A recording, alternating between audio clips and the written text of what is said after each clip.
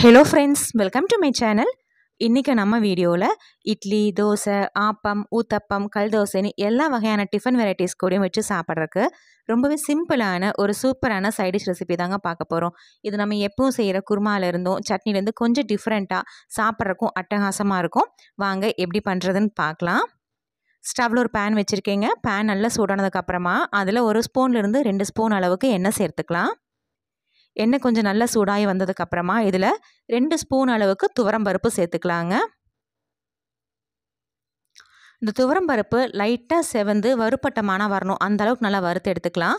Flame லோவில் வச்சுட்டே வறுத்துக்கலாங்க. கருகிடக்கூடாது. கருகுச்சுன்னா அப்படியே டேஸ்ட்டே மாறிடும். அதனால் ஃப்ளேம் லோவில் வச்சுட்டு இந்த மாதிரி லைட்டாக செவந்து வரணும். அந்த மாதிரி லைட்டாக செவந்து வர டைமில் இது கூட ஒரு 5 பல் பூண்டு சேர்த்துக்கலாங்க.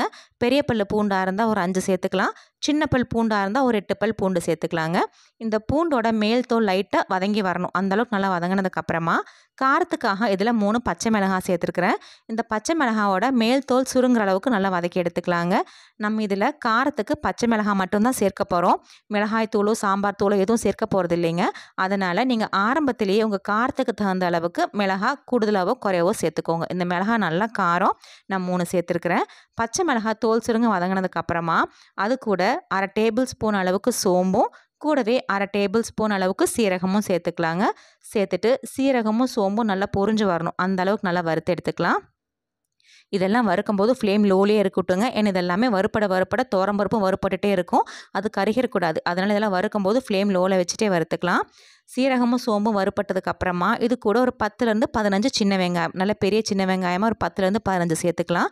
சின்னதாக இருந்தால் ஒரு 20 சேர்த்துக்கோங்க. பெரிய வெங்காயம் சேர்க்கக்கூடாதுங்க, சின்ன வெங்காயம் தான் சேர்க்கணும். அதுதான் நல்லா சுவையாக இருக்கும். சின்ன வெங்காயம் இந்த மாதிரி நல்லா தோல் சுருங்க வதங்கினதுக்கு அப்புறமா இது கூட 3 தக்காளி, நல்ல மீடியம் சைஸ் தக்காளி, பழுத்த தக்காளியாக 3 தக்காளி எடுத்து கட் பண்ணி வச்சுருக்கேங்க. அது இது கூட சேர்த்துக்கலாம். இந்த தக்காளியோட தோல் நல்லா சுருங்க வதங்கி வரணுங்க. அந்த அளவுக்கு நல்லா வதக்கி எடுத்துக்கணும். தக்காளி இந்த மாதிரி நல்லா தோல் சுருங்க வதங்கி வந்ததுக்கப்புறமா இது கூட துருவன தேங்காய் ஒரு 4 ஸ்பூன் அளவுக்கு சேர்த்துக்கலாங்க. நீங்கள் தேங்காய் சில்லாக சேர்த்துங்க, ஒரு 2 சில் அளவுக்கு சேர்த்தனா போதும். பார்த்தீங்கன்னா ஒரு 1/4 மூடி அளவுக்கு தேங்காய் சேர்த்தனா போதும். சின்ன தேங்காயில் ஒரு 1/4 மூடி தேங்காய் சேர்த்துருக்குறேன். இப்போ தேங்காய் சேர்த்துட்டு ஒரு 2 நிமிஷம் அந்த தேங்காயை நம்ம ஏற்கனவே வதக்கி வச்சுருந்த அந்த தக்காளி வெங்காயத்தோடு நல்லா வதக்கி எடுத்துக்கலாங்க. தேங்காயோட பச்சை மணம் மாறிடணும். ஒரு 2 நிமிஷத்துக்கிட்ட நல்லா வதக்கி எடுத்துக்கலாம். தேங்காய் ஒரு 2 நிமிஷம் நல்லா வதக்கி எடுத்ததுக்கப்புறமா கடைசியாக இது கூட 3/4 டேபிள் ஸ்பூன்லேருந்து 1 டேபிள் ஸ்பூன் அளவுக்கு கசகசா சேர்த்துக்கலாங்க. இதையும் சேர்த்துட்டு ஒரு 2 நிமிஷம் நல்லா வறுத்து எடுத்துக்கலாம். உங்கள்கிட்ட கசகசா இல்லை அப்படின்னா நீங்கள் கடைசியாக ஒரு 10 முந்திரி சேர்த்துக்கலாம். இல்லை முந்திரிக்கு பதிலாக ஒரு ஸ்பூன் அளவுக்கு பொட்டுக்கடலையும் சேர்த்துக்கலாம். இந்த 3ல் ஏதோ ஒன்று சேர்த்தனா போதும். சேர்த்துட்டு நல்லா வதக்கி எடுத்துட்டு ஃப்ளேம் ஆஃப் பண்ணிவிட்டு நல்லா சூடாறினதுக்கப்புறமா அதோட மிக்சர் ஜாரில் சேர்த்துட்டு நம்ம தண்ணி பார்த்திங்கன்னா ஒரு 1/2 டம்ளர் அளவுக்கு தண்ணி சேர்த்துருக்குறேன். துவரம்பருப்பு சேர்த்துருக்கறனால நல்லா திக்னஸ் கொடுக்கும். அதனால் 1/2 டம்ளர் அளவுக்கு தண்ணி சேர்த்து நல்லா வலுவலுன்னு அரைச்சி எடுத்துக்கலாம். அடுத்ததான் ஸ்டவ்வில் ஒரு பேன் வச்சு அதில் 1 ஸ்பூன்லேருந்து 2 ஸ்பூன் அளவுக்கு எண்ணெய் சேர்த்துக்கலாம். எண்ணெய் நல்லா சூடானதுக்கப்புறமா அதில் ஒரு 1/2 டேபிள் ஸ்பூன் அளவுக்கு கடுகு சேர்த்துக்கலாங்க. கடுகு நல்லா பொரிஞ்சு வந்ததுக்கப்புறமா இது கூட பெரிய சைஸ் பெரிய வெங்காயம் எடுத்து பொடியாக கட் பண்ணி வச்சுருக்கேன். அது இது கூட சேர்த்துக்கலாம். நீங்கள் விருப்பப்பட்டால் தாளிப்புக்கு பெரிய வெங்காயம் பாதி, சின்ன வெங்காயம் பாதி கூட சேர்த்துக்கலாங்க. நான் இன்றைக்கி பெரிய வெங்காயம் மட்டுமே சேர்த்து தாளிச்சிருக்கேன். இது கூடவே ஒரு 10லேருந்து 15 கருவேப்பிலை இலைகளும், காரத்துக்காக ஒரு 2லேருந்து 4 வரமிளகாய் 2ஆக கிள்ளி சேர்த்துருக்குறேங்க. இதை சேர்த்துட்டு இந்த வெங்காயம் நல்லா கண்ணாடி பதத்துக்கு வதங்கி வரணுங்க. அந்த அளவுக்கு நல்லா வதக்கி எடுத்துக்கலாம். இப்போ நீங்கள் ஏற்கனவே சேர்த்துன பச்சை மிளகாய் உங்களுக்கு காரம் பத்தலை அப்படின்னா இந்த டைமில் அந்த காரத்துக்கு தகுந்த அளவுக்கு நீங்கள் பச்சை மிளகாயும் வரமிளகாய் 2ஆக கீரியும் சேர்த்துக்கலாம். சேர்த்துட்டு வெங்காயம் இந்த மாதிரி நல்லா கண்ணாடி பதத்துக்கு வதங்கி வந்ததுக்கப்புறமா இது கூட நம்ம ஏற்கனவே அரைச்சி வச்சுருந்த அந்த தேங்காய், தக்காளி, துவரம்பருப்பு விழுது கூட சேர்த்துட்டு இது கூட 2 டம்ளர் அளவுக்கு தண்ணி மிக்சர் ஜாரில் சேர்த்து இதையும் சேர்த்துக்கலாங்க. நம்ம துவரம்பருப்பு சேர்க்கறனால கொதிக்கும்போது நல்ல திக்னஸ் கொடுக்கும். அதனால் ஆரம்பத்திலேயே இந்த குருமாக்கு எந்த அளவுக்கு நமக்கு கன்சிஸ்டன்சி வேணுமோ அந்த அளவுக்கு தண்ணி சேர்த்துக்கலாம்.